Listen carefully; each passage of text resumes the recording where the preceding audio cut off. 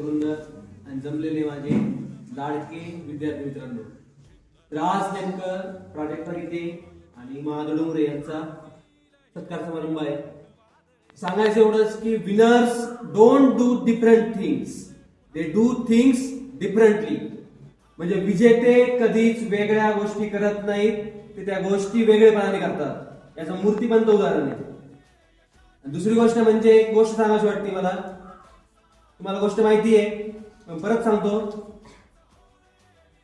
ज्या वेळेस तानाजी मालुसरे हे छोट्या मुलाचं लग्नाचं आमंत्रण शिवाजी महाराजांकडे घेऊन गेले होते, त्यावेळेस त्यांना कळालं की कोणाला तिला जिंकायचं आहे. ते म्हणाले आधी लगीन कोणाचं मग रायबाचं.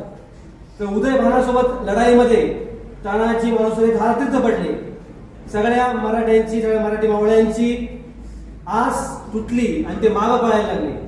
त्यावेळेस सूर्याजींनी काय केलं, ते दोर कापले आणि सांगितलं एक तर तुम्ही दरीत उड्या मारून मरा किंवा लढाईत लढून मरा.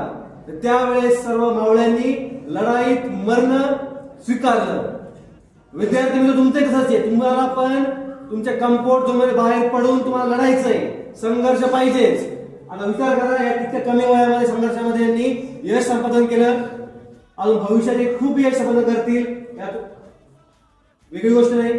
पण तुम्हाला एवढं सांगायचंय, जिंकायचं जर असेल तर नव्या स्फूर्तीने, नव्या जिद्दीने, नव्या मेहनतीने आणि सगळ्यात महत्त्वाचं म्हणजे शिस्तीने आपल्या जीवनात अवलंब करायला हवा.